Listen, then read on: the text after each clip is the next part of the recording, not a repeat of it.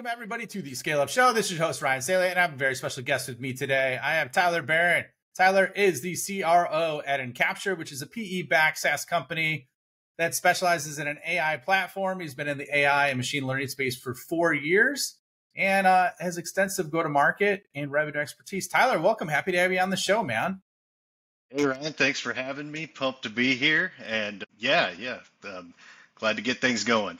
Yeah, dude, pretty excited about it. You know, we had a great pre-call, had a copious amounts of notes. And for those of you that are listening, not watching on YouTube, I'm essentially wearing a shirt that looks like a crossing guard had a baby with a tennis ball. So that's how I would describe my attire today. Pretty obnoxious, bright in color.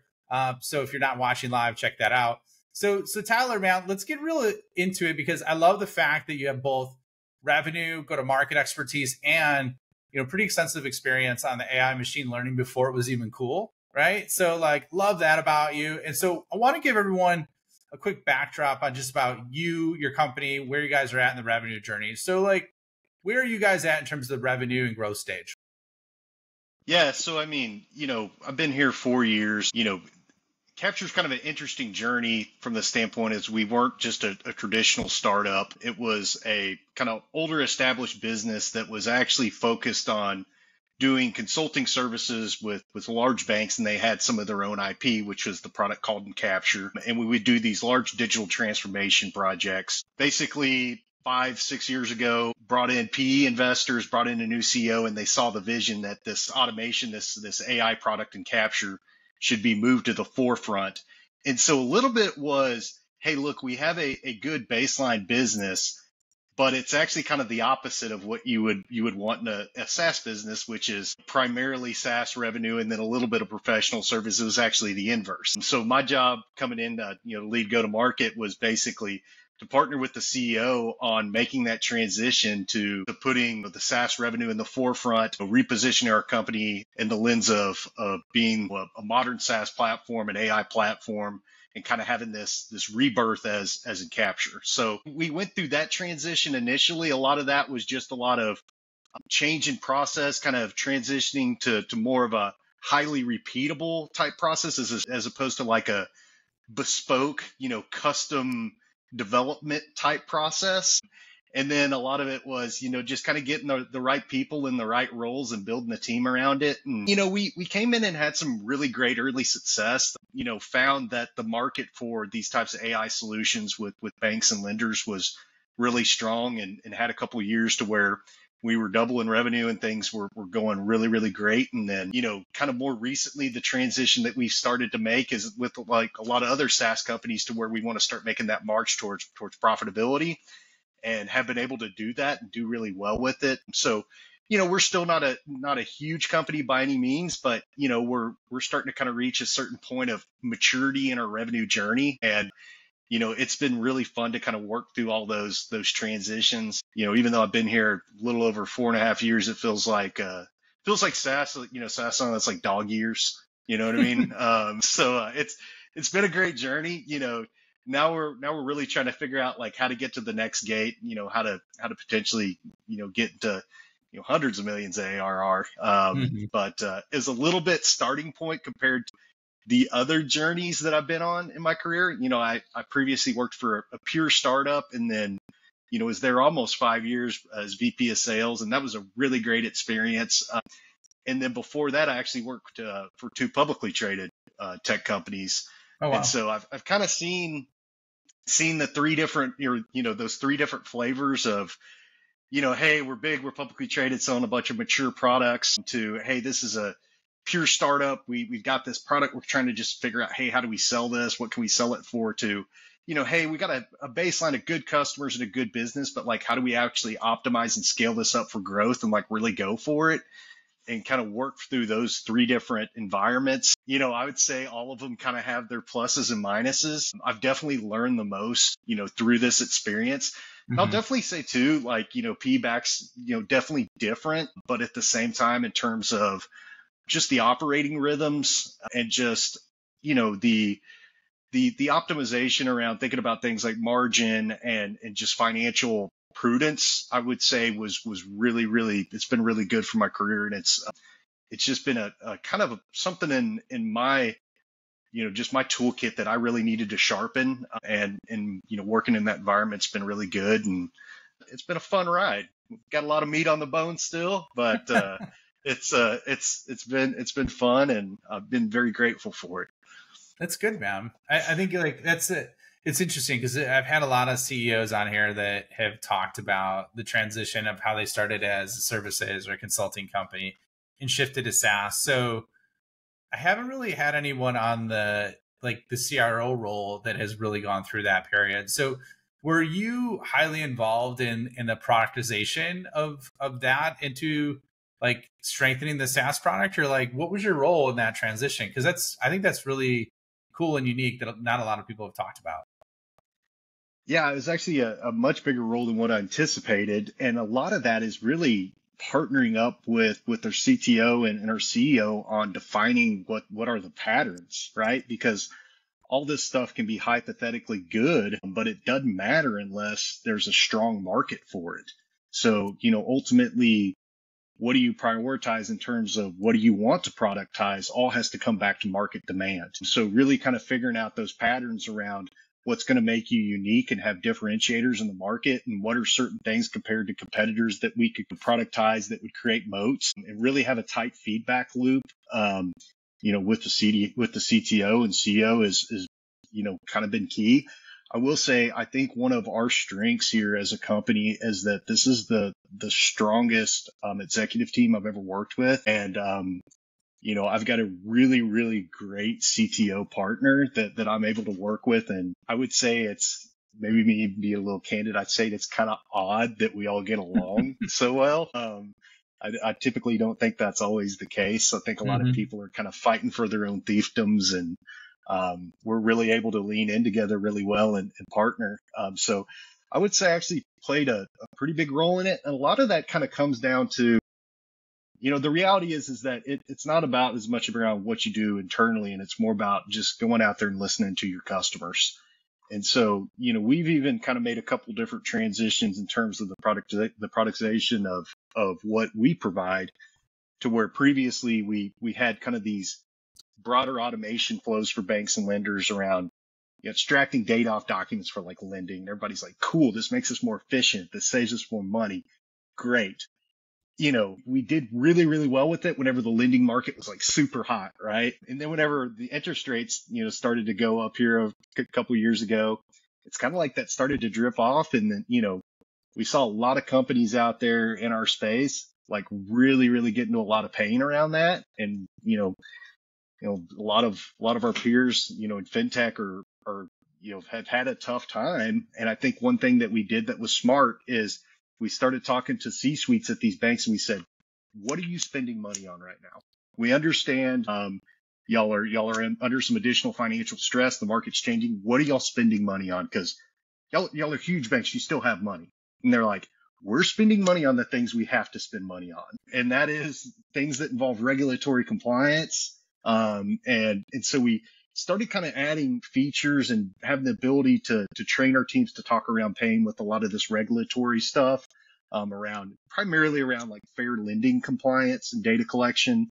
That's really created some a pretty big differentiator for us in the market. So a lot of it is just me kind of taking on a role too of just being like the listener, kind of being the voice of the customer in a lot of our executive meetings and things like that. And our sales reps and our sales engineers have done a really great job of communicating that too. But at the end of the day, it's all the great ideas come from the market. And more specifically, it's like, well, go talk to the people that would eventually be the ones signing your deal and ask them what they're going spending money on right now. It's kind of that simple sometimes. Yeah, I love that, man. There's beauty in simplicity, right? Like complexity is the enemy of execution. And so like, if you could take the really simple path, I think that's amazing. And that's where you're going to have fast execution. Cause like, here's the thing, man, I've learned too. So like I've put together like systems that are pretty involved, and not in a negative way, but I know they work because they're based on core human principles that I've worked with companies on. And one of the things I found, it was funny, one company I was working with, there was one little part of the process that I didn't have nailed down for them. And so nothing happened.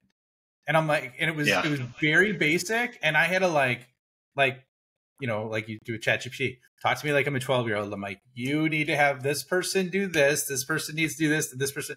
And then boom, it like took off like a rocket. So it's like, it just shows like how important like simplicity is and low friction with execution. You know what I mean? Yeah, absolutely. I mean, that's a very fair point. Well, let's progress. Cause man, like one of the hardest things, and I'm glad you kind of took us down this path right now is as we're seeing it, like literally the day before we recorded this, the market got absolutely clobbered by Google announcing like, I think they spent 14 billion in CapEx on AI investments. And so, you're seeing all this basically information and content about like how to put the ROI into AI. And that's like one of the things I focus on when working with companies is to like attach to real specific jobs. Like, what are you seeing, man? Like with that, and like, how do you do that and operationalize putting ROI into your AI solution? How do you demonstrate it? Would love to hear what you do and how you approach that. No, that's a great question. And look, I'm not an AI expert, so I think I can probably give some very pragmatic answers to what I see and hear, which, yeah, there's a lot of buzz and there's a lot of over promising around just AI in general, but there's also some very good quantifiable common sense use cases. And so one thing that we've really tried to do is develop a process that one starts with understanding the pain and problem that we're going to solve and go in there and quantify that problem, right? And get this highly, highly focused on what is the improvement of doing it through AI and the automation, what that comes out to, whether it's a time on task study that you want to do compared to how they're currently doing, and quantify it that way. Because I feel like the challenge that you have with adoption around this stuff is that folks want it to be perfect, right? Typically what we see is that you don't even need it. Like they're like, it's got to be 99% accurate. You're like, well, what if it's 50% faster and you're able to do it with half the staff or in half the amount of time? And we're only going to charge you a third of the amount. Like, we charge you the cost of one FTE, but basically we could do the cost equivalent of 4. We're like, why does it have to be 99% accurate if 50% actually moves the needle financially? And so the thing that we found is that putting it in the lens of a financial decision, and easier said than done, but finding executive level sponsors, C-suite type folks in our world that can sponsor the solution, like at the ops level, not like CTO or CIO, but like operators that actually have P&L responsibility, and get them to look at their people, their time, how you can make them more efficient, and tie it back to these really practical use cases, and tie it back to actually like that time savings or whatever the business outcome is, as opposed to these arbitrary targets around, accuracy and these things like that can be very academic and honestly can be impossible to achieve sometimes. And so that's kind of one thing that we've really tried to focus on. Maybe one thing to kind of think about it too, just, since we're talking shop here around sales, it's actually an incredibly fun way to sell too. Because at the end of the day, you are just working on a big math problem with that customer. You're like, hey, look, I'm coming in, I'm trying to understand the problem that y'all have. I'm working with you around how long and how much money does it currently cost you to do something. The other side of that formula is let's pull some benchmark data around how fast we've got this before and kind of pencil that out. And you're just working on a math problem together. And it's intellectually fun, and it has a high spirit of partnership.